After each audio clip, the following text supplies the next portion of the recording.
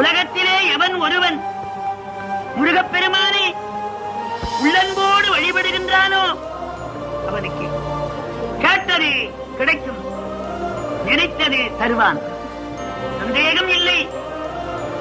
ஒருவேளை அவன் அப்படி தவறுவானால், உன்னை காப்பாற்றவில்லையானால், என் நெற்றியிலே இருக்கிற திருநீற்றை தானே அழித்து விடுவேன். இது சத்தியம்.